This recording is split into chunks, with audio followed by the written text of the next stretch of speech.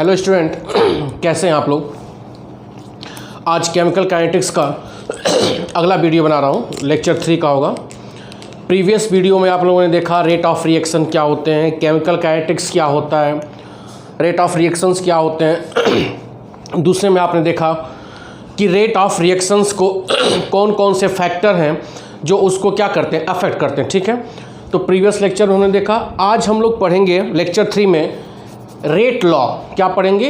Rate law, या इसी को बोलते हैं रेट लॉ एक्सप्रेशन, और हम लोग पढ़ेंगे रेट कांस्टेंट। ठीक है, आज का वीडियो केवल इसी पे बनेगा जो बड़ा टॉपिक है। ठीक है, और एक बात और, जो हमारे बीएससी के स्टूडेंट हैं जो बीएससी फर्स्ट ईयर प्रमोट कर गए हैं, बीएससी सेकेंड ईयर में, वह गोरखपुर विश्वविद्यालय हो चाहे वो सिद्धार्थ यूनिवर्सिटी हो, उसका भी वीडियो मैं अगले हफ्ते तक, मतलब नेक्स्ट वीक को मैं बनाने जा रहा हूँ। ठीक है, बीएससी क्लासेस के लिए, चाहे वो सेकेंड ईयर हो चाहे वो थर्ड ईयर हो। बात समझ में आ रही है? तो बीएससी का भी वीडियो अब मैं प्रोवाइड करा रहा हूँ आप लोगों को, बीएससी स्टूडेंट के लिए। ठीक है, तो लेक्चर 3 में हम लोग आज देखेंगे रेट लॉ। क्या देखेंगे? Rate law. देखो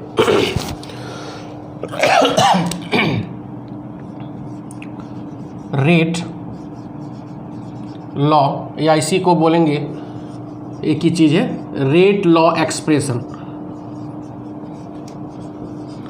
rate law expression and rate constant. क्या देखेंगे? रेट कांस्टेंट इंपॉर्टेंट है। ठीक है, इंपॉर्टेंट भी है और कॉन्सेप्चुअल भी है, समझने वाला है। अब रेट लॉ और रेट लॉ एक्सप्रेशन को समझने से पहले एक नियम देखेंगे हम, जिसको बोलते हैं द्रव अनुपाती का नियम, law of mass action. Law of mass action थोड़ा सा उसको पहले बता दूं तब समझ में आएगा। लॉ ऑफ मास एक्शन, द्रव्य अनुपाती का नियम, द्रव्य अनुपाती का नियम। ठीक है, क्योंकि लॉ ऑफ मास एक्शन जब समझ लेंगे तभी हम क्या समझ पाएंगे, रेट लॉ या रेट लॉ एक्सप्रेशन। ठीक है, और रेट कांस्टेंट। ठीक है, अब ध्यान दो, लॉ ऑफ मास एक्शन को दिया था Goldberg and Waage, WAAGE, given by Goldberg and Waage. ये क्या बताता है? According to this law, according to this law, यह लॉ क्या बताता है? अकॉर्डिंग टू दिस लॉ, मैं लिख रहा हूं, at a given temperature, at a given temperature the rate of reaction, the rate of, at a given temperature the rate of reaction is directly proportional to the product, directly proportional to the product of molar concentration, अभी समझ में आएगा, molar concentration of reactant, molar concentration of reactant to raised stoichiometric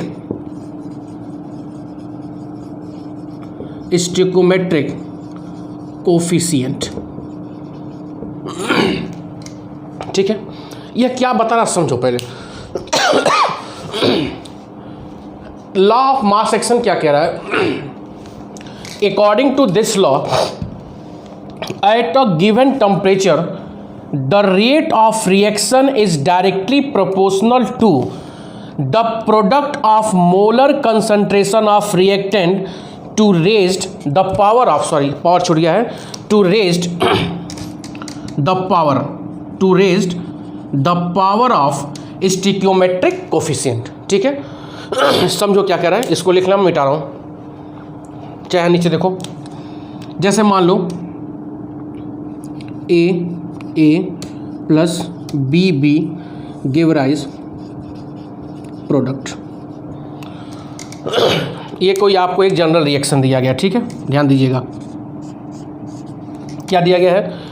AA plus BB give rise product. अब इसका rate of reaction हम लिखेंगे according to law of mass action. Rate of reaction क्या होगा? Rate of reaction is directly proportional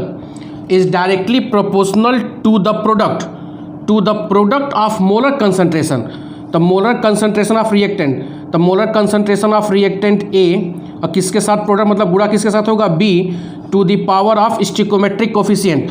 तो A का power क्या है? A और B का पावर क्या है? B। समझ में आ रहा है? या इसको और क्या लिख सकते हैं? रेट, इस निशान को हटाएंगे तो कांस्टेंट लगाते हैं K, A to the power A B to the power B। समझ में आ रहा है? तो हिंदी में क्या बोलेंगे? इस नियम के अनुसार किसी भी अभिक्रिया का जो दर होता है वह रिएक्टेंट के मोलर कंसंट्रेशन मतलब सक्रिय द्रव्यमान, वह अभिकारक के सक्रिय द्रव्यमान के गुणनफल के क्या होता है? समानुपाती होता है। और उस सक्रिय द्रव्यमान के जितने स्टिकोमेट्रिक कोफिशिएंट होंगे वह उसके क्या हो जाएगा? पावर हो जाएगा। क्लियर हो रहा है? तो according to this law at a given temperature the rate of reaction is directly proportional to the product of molar concentration of reactant to raise to the power of stoichiometric coefficient। तो reaction दिया गया है, ये rate क्या होगा? Directly proportional to the molar concentration A, इसका power A और इसका पावर B और इसको हटाएंगे तो K लगाएंगे और इसी को हम क्या बोलते हैं? Rate constant. क्या बोलते हैं? Rate constant. समझ में आ रहा है? अब देखो, छाप लीजिएगा, आगे बढ़ा जाए। अभी लॉ ऑफ मास एक्शन बता रहा हूँ, अभी रेट लॉ नहीं बता रहा हूँ, क्योंकि जब ये ठीक समझ लोगे तभी ये समझ पाओगे। बढ़ा जाए, मिटाओ।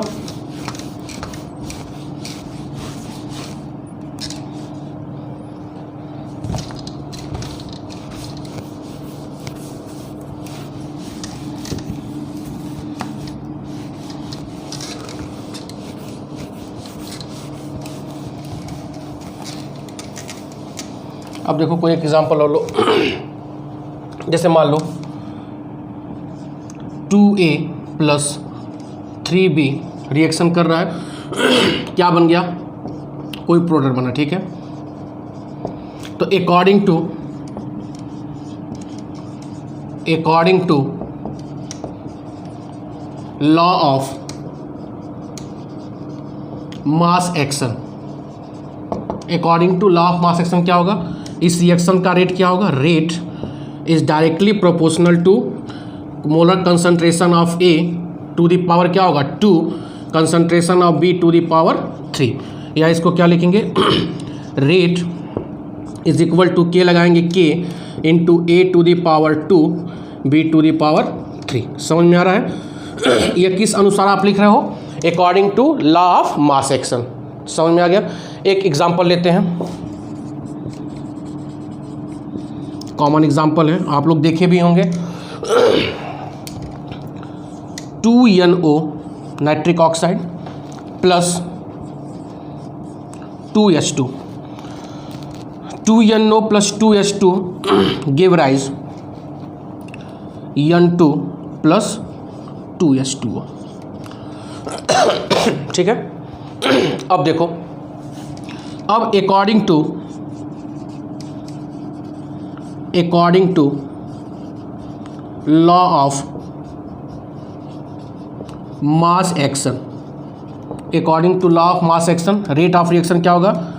Rate is directly proportional to concentration of nitric oxide to the power 2 and concentration of hydrogen to the power 2। बोलो, इतना होगा। या इसको और क्या लिख सकते हैं? और rate is equal to K NO to the power 2 H2 to the power 2। ये समझ में आ रहा है?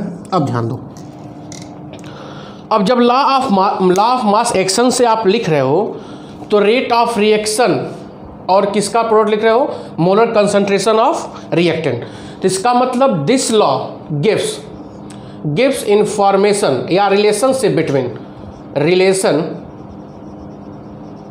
रिलेशनशिप बिटवीन किसके किसके बीच में, rate of reaction and concentration of reactant. ये ना बता रहा है यार, rate of reaction and concentration of reactant. जैसे देखो इस रिएक्शन का रेट किसके ऊपर डिपेंड कर रहा है, concentration of nitric oxide to the power 2 and concentration of hydrogen to the power 2। मतलब इस रिएक्टेंट के कंसंट्रेशन के टू द पावर कर रहे हैं तो इसी के ऊपर डिपेंड कर रहा है इस रिएक्शन का रेट, यही मतलब हो रहा है। तो इसका मतलब यहाँ पर भी देखो, यहाँ पर जो रेट है किसके ऊपर डिपेंड कर रहा है, ए के पावर 2 और बी के पावर 3, मतलब gives relationship between rate of reaction and concentration of reactant. समझ में आ गया। तो नीचे इसको लिखते हुए चलिएगा। तो जो नीचे वाला आपने एग्जाम्पल लिखा है नाइट्रिक ऑक्साइड प्लस H2, तो यहाँ से according to law of mass action हमने देखा कि भैया इस रिएक्शन का जो रेट है वह डिपेंड कर रहा है concentration of nitric oxide to the power 2 and concentration of hydrogen to the power 2। ये ना मतलब हुआ कि इसका रिएक्शन किसके ऊपर डिपेंड कर रहा है, नाइट्रिक ऑक्साइड के पावर पे 2 into concentration of hydrogen to the power 2। ठीक है, किसके अनुसार, according to law of mass action. लेकिन मिटाऊँ मैं 2 सेकंड रुक जाता हूँ भाई, मतलब बच्चों को पॉज कर लिया करो तब लिखा करो कॉपी में।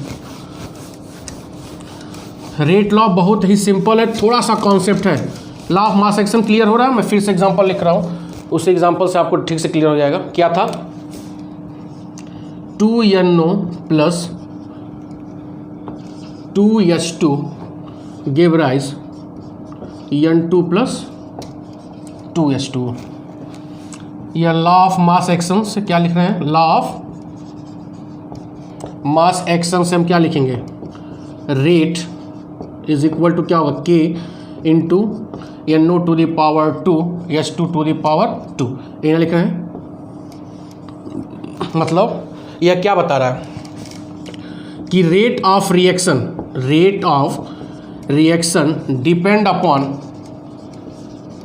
Depend upon square of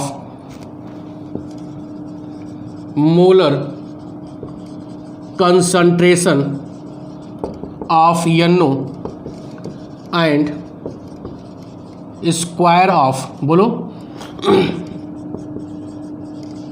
molar concentration of, बोलो किसका, hydrogen. Law of mass action ये बता दिया। लेकिन जब हम देखें बट एक्सपेरिमेंटली,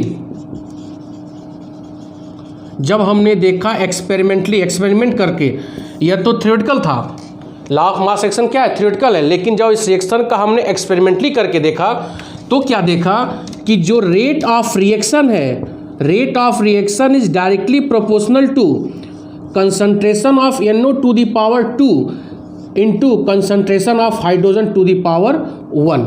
नई बात समझ में आ रहा है। लॉ ऑफ मास एक्शन से क्या कर रहे हो कि जितना स्टोइकोमेट्रिक कोफिशिएंट है उतना पावर लगा दे रहे हो, क्योंकि ये थ्योरेटिकल कॉन्सेप्ट था। लेकिन जब उसी रिएक्शंस का हमने क्या देखा, एक्सपेरिमेंटली करके देखा, तो इस रिएक्शन का जो रेट है वह डिपेंड कर रहा है कि concentration of NO to the power 2 into concentration of hydrogen to the power 1, not to the power 2। समझ में आ रहा है। तो कहने का मतलब क्या होता है कि किसी भी रिएक्शन का जो, बात ध्यान सुनिएगा, किसी भी रिएक्शन का जो रेट होता है एक्सपेरिमेंटली, किसी भी रिएक्शन का जो रेट होता है एक्सपेरिमेंटली, वह रिएक्टेंट के कंसंट्रेशन पे कितना डिपेंड कर रहा है, उसी को हम क्या बोलते हैं, रेट लॉ। क्या बोलते हैं, rate law. This is not rate law, this is rate law. नहीं समझ में आया। कहने का मतलब इसको और क्या लिख सकते हैं, rate is equal to K NO to the power 2 H2 to the power 1। चाहे लिखो चाहे मत लिखो, यह क्या होगा, यह रेट लॉ होगा। यह क्या होगा, रेट लॉ, या इसी को रेट लॉ एक्सप्रेशन बोलेंगे, रेट लॉ एक्सप्रेशन। समझ में आ रहा है। तो लॉ ऑफ मास एक्शन एक थ्योरेटिकल कॉन्सेप्ट है जो हर जगह सही नहीं होता है, हर जगह सही नहीं होता है। जब किसी भी रिएक्शन का हम एक्सपेरिमेंटली देख रहे हैं तो इस रिएक्टेंट का कितना पावर क्या हो रहा है, रिएक्शन में पार्टिसिपेट कर रहा है, कितना मोल उसका पार्टिसिपेट कर रहा है, उसका पावर लगाएंगे। उसका पावर लगाने के बाद जो रिएक्शन का रेट लिखेंगे उसी को क्या बोलेंगे, रेट लॉ। समझ में आ रहा है, उसी को क्या लिखेंगे, रेट लॉ। छापो इसको।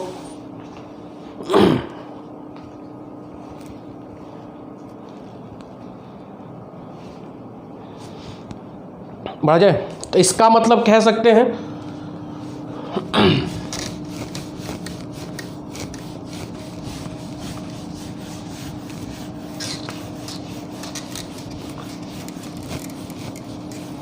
एक लाइन का मैं समझा रहा हूं तो इसका मतलब कह सकते हैं, मैं हिंदी में लिख रहा हूं, समझो।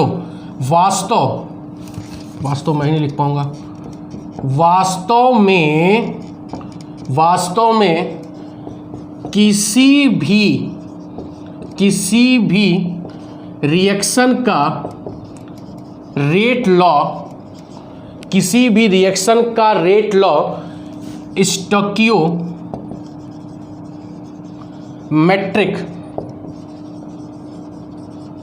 स्टोइकियोमेट्रिक कोफिशिएंट के आधार से नहीं लिखा जा सकता है, नहीं लिखा जा सकता है। तो कैसे लिखा सकता है, rate law of any reaction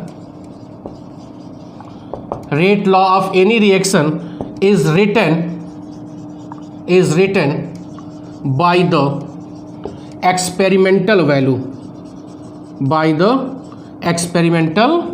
value। यह चीज़ याद रहेगा। तो किसी भी रिएक्शन का जो रेट लॉ होता है वह स्टोइकियोमेट्रिक कोफिशिएंट के आधार से नहीं लिखा जा सकता है। वह किस आधार से लिखा जाता है, एक्सपेरिमेंटल वैल्यू के आधार पर क्या होता है, लिखा जाता है। समझ में आ रहा है, बोलो, क्लियर हो रहा है। अब ध्यान दो, छापो इसको, मिटाए। बढ़िया। अब जैसे फिर एग्जांपल लिख लो।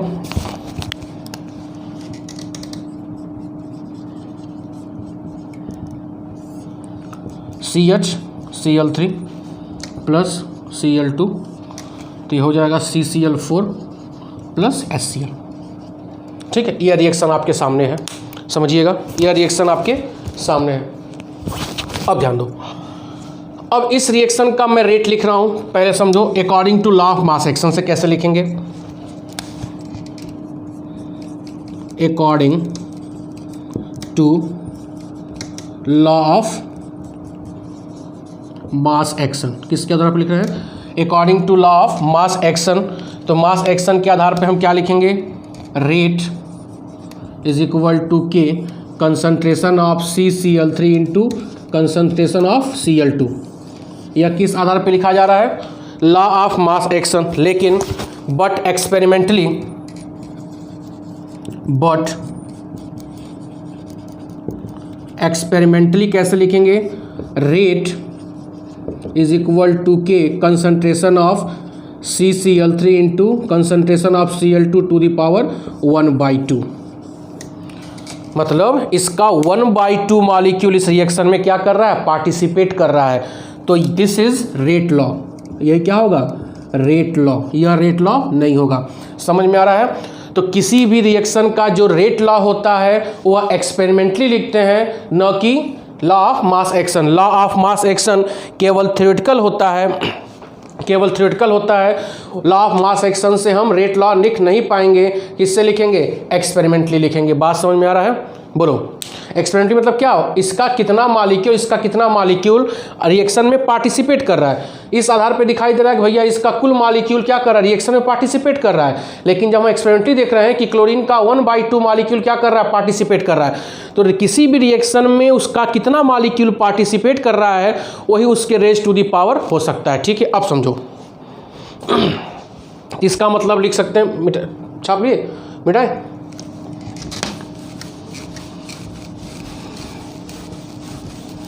आज पूरा रेट लॉ पे ही वीडियो बनाऊंगा। रेट लॉ बहुत इंपॉर्टेंट है, क्योंकि बेटा इंटर तो तुम लोग पास हो जाओगे, वो बहुत फंडा नहीं, इंटर पास अच्छे नंबर से। इंटर के बाद आपको यह सब डिटेल पढ़ना, मैं अभी पढ़ा दे रहा हूँ। बात समझ में आ रहा है? क्योंकि अभी आप पढ़ोगे तो आगे आपका जो प्रिपरेशन होगा वो बहुत ही आसान हो जाएगा। मेरी बात समझ में आ रही है? अब ध्यान दो। तो रेट लॉ का डिफिनेशन क्या होगा? रेट लॉ, यही मेन डिफिनेशन है। रेट लॉ इज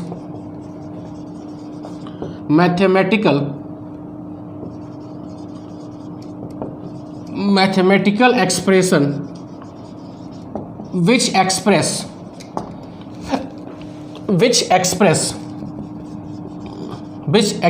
क्या express experimental डिपेंडेंस, बहुत इंपॉर्टेंट पॉइंट है ये लाइन है, एक्सपेरिमेंटल डिपेंडेंस ऑफ किसका? Of rate of reaction, experimental dependence of rate of reaction किसके ऊपर? On the molar concentration of reactant. Molar concentration of reactant, समझ में आ रहा है? तो रेट लॉ क्या होता है? Rate law is a mathematical expression which express experimental determination of the rate of reaction on the molar concentration of reactant. मतलब यह वह गणितीय व्यंजक है जो अभिकारक के मोलर कंसंट्रेशन को अभिक्रिया की दर के ऊपर क्या करता है? डिपेंड करता है, लेकिन वह कौन सा मान होता है? प्रायोगिक मान, एक्सपेरिमेंटल वैल्यू होती है। बात समझ में आ रहा है? न कि थ्योरेटिकल वैल्यू होती है। क्लियर हो रहा है ये चीज़? मतलब मैं क्या कह रहा हूँ, रेट लॉ क्या होता है? रेट लॉ हमेशा याद रखना, हमेशा एक्सपेरिमेंटल वैल्यू होगी, एक्सपेरिमेंटल वैल्यू होगी, न कि थ्योरेटिकल वैल्यू। क्लियर हो रहा है? तो यह पॉइंट हमेशा हो, रेट लॉ हमेशा क्या होता है? एक्सपेरिमेंटल वैल्यू होती है, न कि थ्योरेटिकल वैल्यू। छापो इसको मिटाए।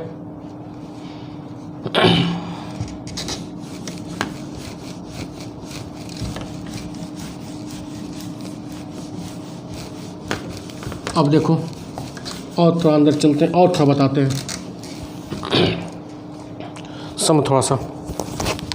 अब इन जनरल लेते हैं,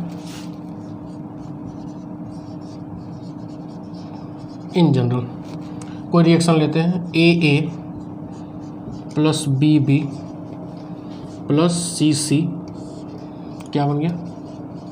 प्रोडक्ट। क्या बन गया? प्रोडक्ट। ठीक है, अब इसका हम लिख रहे हैं रेट लॉ लिख रहे हैं। Rate is directly proportional to concentration of A to the power A नहीं लिखेंगे, टू द पावर A कब लिखेंगे? जब लॉ ऑफ मास एक्शन से लिखेंगे। समझ में आ रहा है? टू द पावर B कब लिखेंगे? जब लॉ ऑफ मास एक्शन से लिखेंगे।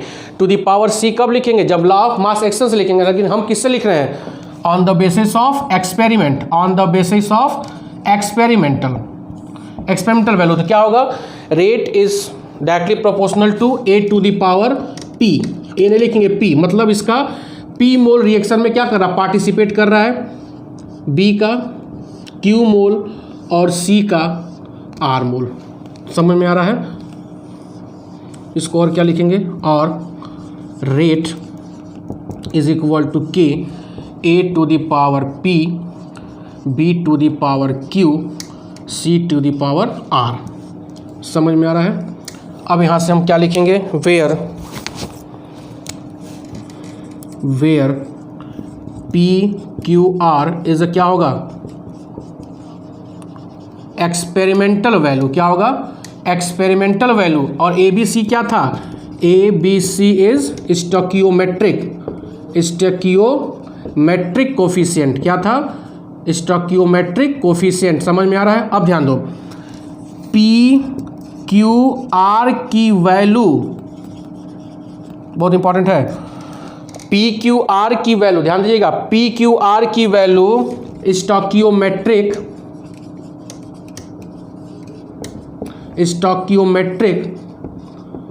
कोफिशिएंट। PQR की वैल्यू स्टोकियोमेट्रिक कोफिशिएंट मतलब क्या क्या? ABC के बराबर भी हो सकती है बराबर भी हो सकती है या क्या हो सकती है, डिफरेंट भी हो सकती है।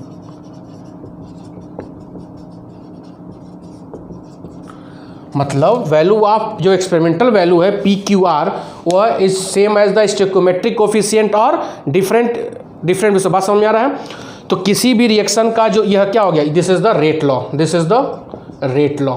रेट लॉ में हमेशा क्या याद रखना है कि रेट लॉ में हमेशा हम एक्सपेरिमेंटल वैल्यू का क्या करते हैं, टू द पावर करते हैं, और लॉ ऑफ मास एक्शन का क्या करते हैं, जो स्टोइकोमेट्रिक कोफिशिएंट दिया उसका पावर करते हैं। ठीक है, तो रेट लॉ हमेशा किसके लिए होता है, for experimental value, for experimental value. अब देखो, अब एक्सपेरिमेंटल वैल्यू की जो वैल्यू होगी वह स्टोइकोमेट्रिक कोफिशिएंट के बराबर भी हो सकती है या स्टोइकोमेट्रिक कोफिशिएंट से क्या हो सकती है, डिफरेंट हो सकती है। ये बात समझ में आ गया। छापे इसको आगे मिटाएं, आगे बढ़ें।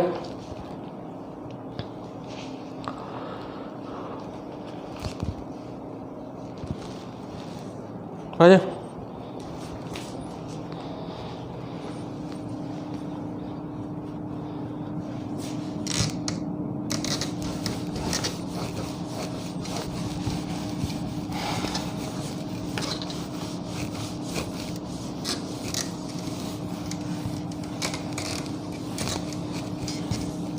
समझ में आ रहा है।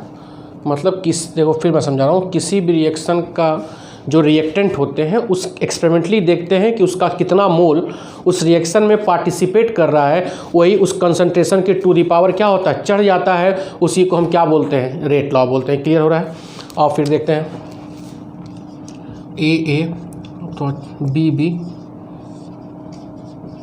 या क्या लिखेंगे, प्रोडक्ट। ठीक है, अब on the basis of experiment, on the basis of experiment, on the basis of experiment क्या होगा, rate A to the power, A नहीं लिखेंगे अब, A to the power P X, जो आपको इच्छा हो, मतलब इससे डिफरेंट होना चाहिए, B to the power Q. ठीक है, अब देखो, अब रेट इज इक्वल टू क्या होगा, k A to the power P B to the power Q. ठीक ना हो रहा है। इसी को हम क्या बोल रहे हैं, रेट लॉ। क्या बोल रहे हैं, रेट लॉ। अब मानो if concentration of A to the is equal to 1 mole per litre, क्योंकि मोलर कंसंट्रेशन कितना होगा, मोल पर लीटर। बी का कितना दिया गया है, B is equal to 1 mole per litre. ठीक है, तो रेट क्या होगा, रेट इज इक्वल टू के, इसकी कितनी वैल्यू दी गई है 1, बी का कितना दिया गया 1। ठीक है, यह पी हो गया, यह की 1 × 1 हो जाएगा। तो क्या लिख सकते हैं, rate is equal to K, rate is equal to K क्या है, के बताया गया है, K is equal to rate constant. K क्या है, रेट कांस्टेंट। यहाँ से क्या निकल गया, rate constant, rate constant is defined as it is rate of reaction, it is rate of reaction when concentration of all reactant is unity मतलब 1। समझ में आ रहा है। तो किसी भी रिएक्शन का जो रेट कांस्टेंट होता है वह रेट ऑफ रिएक्शन के बराबर होता है। कब, जब रिएक्टेंट का कंसंट्रेशन कितना हो जाएगा, 1 हो जाएगा। क्लियर हो गया। इसको भी छापिए, आगे बढ़े, बढ़ जाए।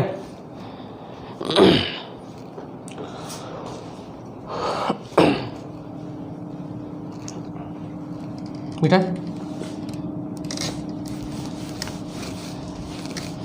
तो बेसिक डिफरेंस क्या है रेट लॉ और लॉ ऑफ मास एक्शन में बता दे रहा हूं मैं एक लाइन में। कोई भी पूछेगा what is the basic difference, सब थोड़ा कंपटीशन है। Basic difference between rate law and law of mass action. Law of mass action applicable नहीं है। लॉ ऑफ मास एक्शन केवल क्या है, थ्योरेटिकल है। रेट लॉ ही क्या है, एक्सपेरिमेंटल रेट लॉ ही सब कुछ है। अब ध्यान दो, जैसे मानो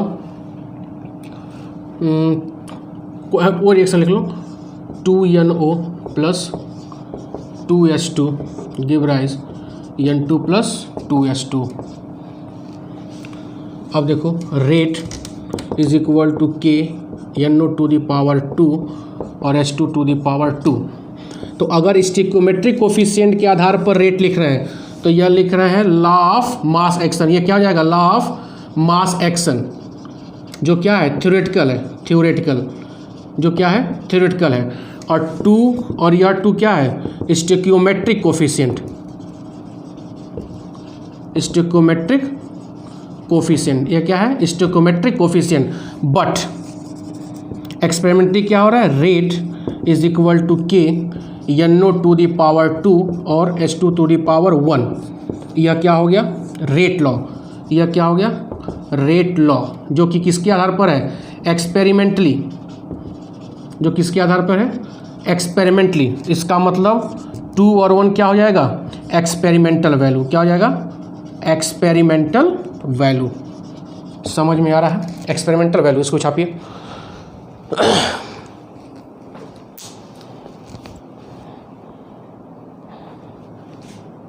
बढ़ जाए,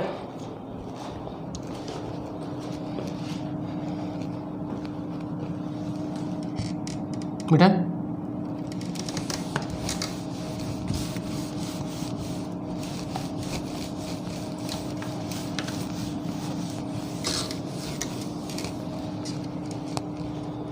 यूनिट ऑफ के, यूनिट ऑफ के मतलब रेट कांस्टेंट, के मतलब क्या हो गया, रेट कांस्टेंट की यूनिट। बस बहुत सिंपल है, ए ले लो, बी स्मॉल बी ना, बी सी और यह क्या बन गया, प्रोडक्ट। तो रेट लॉ क्या लिखेंगे, rate law, rate is equal to, पूरा लिख रहे हैं, is equal to concentration of A to the power P, concentration of B to the power Q और C to the power C। ठीक है, अब P plus Q plus C को जोड़ोगे तो आएगा N। क्या बोलते हैं N, ऐसी N को क्या बोलते हैं, ऑर्डर ऑफ रिएक्शन। क्या बोलते हैं, ऑर्डर ऑफ रिएक्शन, जो नेक्स्ट वीडियो में बनाऊंगा। बात समझ में आ रहा है, ऑर्डर ऑफ रिएक्शन मतलब जो एक्सपेरिमेंटल वैल्यू रिएक्टेंट का जो रेस्ट पावर चढ़ रहा है, rest to the power of experimental value, इन एक्सपेरिमेंटल वैल्यू पावर के वैल्यू, एक्सपेरिमेंटल जो वैल्यू जो रेज हो रहा है, इन एक्सपेरिमेंटल वैल्यू को जब क्या करेंगे, ऐड कर देंगे तो क्या निकल जाएगा, ऑर्डर ऑफ रिएक्शन। अगर 1 आएगा तो फर्स्ट ऑर्डर रिएक्शन, 2 आएगा तो सेकेंड ऑर्डर रिएक्शन, 3 आएगा तो थर्ड ऑर्डर रिएक्शन। और अगर रेट इन कंसंट्रेशन पे डिपेंड नहीं करेगा तो उसको बोलेंगे जीरो ऑर्डर रिएक्शन, जो कि नेक्स्ट वीडियो में बनेगा। ठीक है, इसको और क्या लिख सकते हैं, रेट इज इक्वल टू के, यह पूरा कंसंट्रेशन ही ना है, concentration of reactant, reactant to the power क्या हो जाएगा, एन हो जाएगा। तो के इज इक्वल टू क्या होगा, rate upon concentration to the power n, यही ना होगा, कंसंट्रेशन टू पावर एन। और क्या लिख सकते हैं, के इज इक्वल टू, रेट का क्या होता है, मोल पर लीटर पर सेकेंड होता है, इसका कितना होता है, mole per litre to the power n हो जाएगा। इसको और क्या लिख सकते हैं, देखो, K is equal to mole litre inverse second inverse upon mole, ये हो जाएगा, ये हटेगा तो टू द पावर -1 हो जाएगा, या K is equal to mole litre to the power 1 - n second inverse. n की वैल्यू 1 होगी तो 1 रखेंगे, n की वैल्यू 2 होगी 2 रखेंगे, मतलब फर्स्ट ऑर्डर के लिए n की वैल्यू 1 होगी तो 1 रखोगे तो ये 0 हो जाएगा, तो कितना हो जाएगा, सेकेंड इनवर्स। तो आगे देखा जाएगा। ठीक है, ये आपको याद होना चाहिए, कितना होता है, मोल litre inverse two the power 1 - n into second inverse. समझ में आ रहा है, ये हो गया यूनिट ऑफ के, यूनिट ऑफ के। छापो इसको, मिटाए,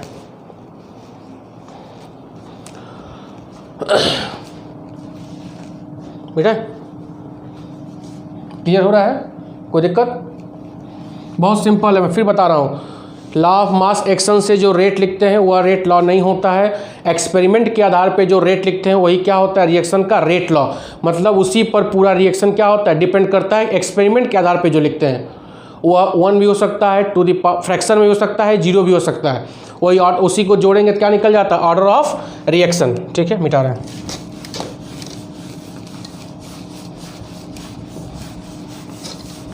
अब देखो बस लास्ट है ये, characteristic of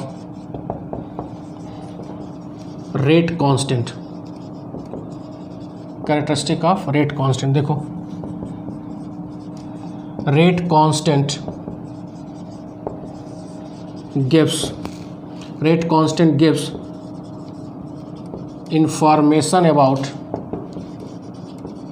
information about rate of reaction।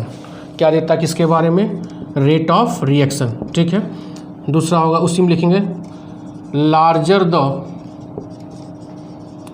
Value of के faster is the rate of reaction. क्या कहा जा रहा है कि जो रेट कांस्टेंट के होता है वह रेट ऑफ रिएक्शन के बारे में जानकारी देगा। मतलब जितना ज़्यादा के की वैल्यू होगी उतना ही तेज़ रेट ऑफ रिएक्शन होगा। के की वैल्यू कम आएगी तो रेट ऑफ रिएक्शन क्या होगा, स्लो होगा। अगला पॉइंट देखो, डिफरेंट रिएक्शन का रेट कांस्टेंट की वैल्यू डिफरेंट होगी। रेट कांस्टेंट की वैल्यू क्या होगी, डिफरेंट होगी। अगला पॉइंट, एट फिक्स टेम्परेचर, किसी भी फिक्स टेम्परेचर पे रिएक्शन का के की वैल्यू क्या होगी, कांस्टेंट होगी। ये सबसे इंपॉर्टेंट है कि किसी भी रिएक्शन के लिए फिक्स टेम्परेचर पे उस रिएक्शन की के की वैल्यू क्या होगी, कांस्टेंट होगी। मतलब at a fix temperature the value of के इज कांस्टेंट फॉर एनी, मतलब बात समझ में आ रहा है, किसी भी रिएक्शन के लिए फिक्स टेम्परेचर पर के की वैल्यू क्या होगी, कांस्टेंट होगी। This is the characteristic of reactant. तो यह पूरा रेट हो गया। रेट लॉ मैंने आज बता दिया, रेट लॉ बताया, फिर क्या बताया, रेट कांस्टेंट बताया, इसका यूनिट कैसे निकलता है, इसका कैरेक्टरिस्टिक क्या होता है, ये सब मैंने बताया जो बोर्ड में लिखने के लिए आता है। ठीक है, अब अगला वीडियो जो बनेगा वह ऑर्डर ऑफ रिएक्शन पे बनेगा, क्योंकि दोनों आज बनाना मुश्किल था, क्योंकि 1.5 घंटा लग जाएगा बनाते बनाते, अपलोड नहीं हो पाएगा। बात समझ में आ रहा है।